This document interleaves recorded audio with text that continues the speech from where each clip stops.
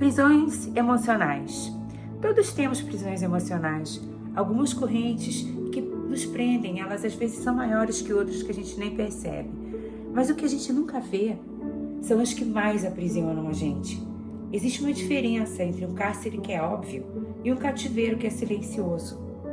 Lutamos contra inimigos visíveis, mas muitas vezes somos controlados por invisíveis, por silenciosos.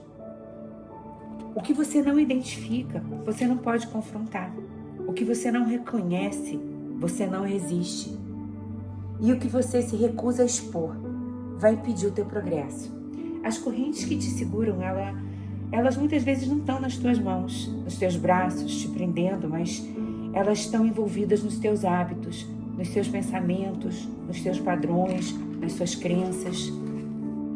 Essas correntes invisíveis, elas dizem para você, você nunca vai mudar, você não merece, você é assim mesmo. E esses não são pensamentos passageiros, eles são realmente uma prisão espiritual, escondida, perigosa e que é projetada para roubar de você o propósito que foi dado por Deus para a tua vida. Imagina o elefante, a força que ele tem, mas desde pequeno ele é treinadinho com uma corda bem pequena que segura ele.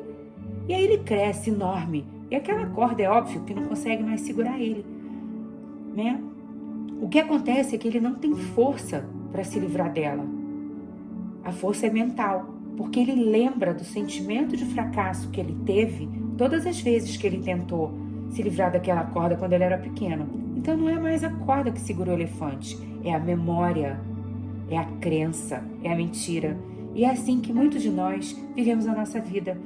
Não com limitações reais, mas com mentiras. São crenças antigas, mentiras sobre quem somos, mentiras sobre a nossa capacidade, mentiras sobre o que Deus pode redimir e restaurar. Essas são correntes que a gente precisa confrontar.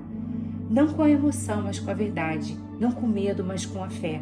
Lá em Isaías 61, no versículo 1, ele diz, profeticamente, para todos nós, o Espírito soberano de Deus está sobre mim, porque o Senhor me ungiu para levar boas notícias aos pobres, enviou-me para cuidar do que estão com o coração quebrantado, anunciar liberdade aos cativos e libertação das trevas aos prisioneiros, para proclamar o ano da bondade do Senhor.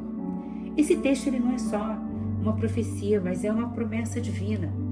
E algumas prisões da nossa mente, elas são mais fortes, mas elas não são feitas de ferro. Elas são formadas por pensamentos repetidos, dia após dia. E eles são silenciosos. Eles são potentes porque eles vão moldando como você se vê, como você vê os outros e como você vê a Deus.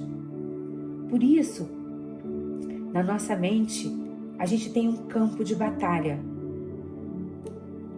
Na mentira que você acredita durante muito tempo, ela vai se tornando uma trincheira, uma fortaleza, que impede a verdade de entrar e a liberdade de acontecer, de você se libertar. Essas trincheiras, elas começam com feridas, pequenas coisas que pessoas falam, momentos de fracasso, rejeição, comparação. E em vez da gente se curar, a gente enterra esses momentos. E eles se tornam verdadeiras trincheiras, esses buracos na nossa alma e na nossa mente. É a dor enterrada que vai se tornar o solo para essas grandes mentiras de que você não é suficiente e você vai acreditando. Quando um pensamento segue dentro da tua mente sem ser desafiado e sem ser questionado, ele começa a cavar essa trincheira, cria uma fortaleza em volta dessa trincheira e isso se torna um sistema que se recusa a crer nas verdades da palavra de Deus. Por isso você escuta uma mensagem sobre o amor de Deus e continua se sentindo não merecedor. Você está rodeado de oportunidades e está paralisado, não consegue executar nada. Isso é uma prisão mental e Deus, ele nos fala. E eu repito muito esse versículo, de propósito, é didático, para que ele não saia da mente de vocês. Pois embora vivamos como homens, não lutemos segundo os padrões humanos. As armas com as quais lutamos não são humanas. Ao contrário, são poderosas em Deus para destruir fortalezas. Destruímos argumentos e toda pretensão que se levanta contra o conhecimento de Deus. e levamos cativo todo pensamento para torná-lo obediente a Cristo. Nós temos o poder em Deus para quebrar padrões mentais que não estão alinhados com a verdade do que somos, do que Deus pensa sobre nós. Não viva o resto da tua vida acolhendo esses pensamentos que não são de Deus. Se o teu pensamento diz que você não tem valor, confronta ele com a palavra de Deus. Lá em Salmo 139, no versículo 14, eu te louvo, porque me fizeste de modo especial e admirável. Tuas obras são maravilhosas. E eu sou sua criação, sou criação de Deus. Eu sou perfeita nas minhas imperfeições, porque Deus não cria nada ruim. Se você se sente abandonado, vai lá e declara o que está em Hebreus 13:5. Nunca o deixarei, nunca o abandonarei. Isso é uma promessa de Deus para você. Isaías 41:10.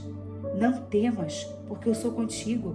Não te assombres, porque eu sou teu Deus. Eu te ajudo e te sustento com a destra da minha justiça.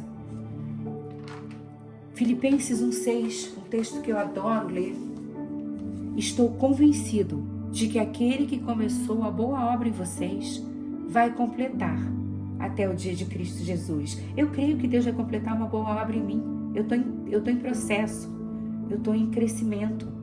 E o término, nesse texto lá em Filipenses 1:6, no final tem o versículo 9, que é uma oração que eu quero fazer por vocês. Esta é a minha oração, que o amor de vocês aumente cada vez mais em conhecimento e em toda a percepção para discernirem o que é melhor, ou seja, quais são os melhores pensamentos, a fim de serem puros e irrepreensíveis até o dia de Cristo, cheios de fruto da justiça, fruto que vem por meio de Jesus Cristo, para a glória e louvor de Deus. Esse é o propósito. Deus quer vocês com as feridas curadas, com essas feridas expostas, tratadas, curadas para que elas não sejam trincheiras, não virem fortalezas, e impeçam vocês de acreditar em vocês mesmos, no poder de Deus, no poder da criação divina que Ele fez, quando Ele criou cada um de vocês. Eu abençoo o dia de vocês em nome de Jesus e peço que reflitam sobre essa palavra. Amém.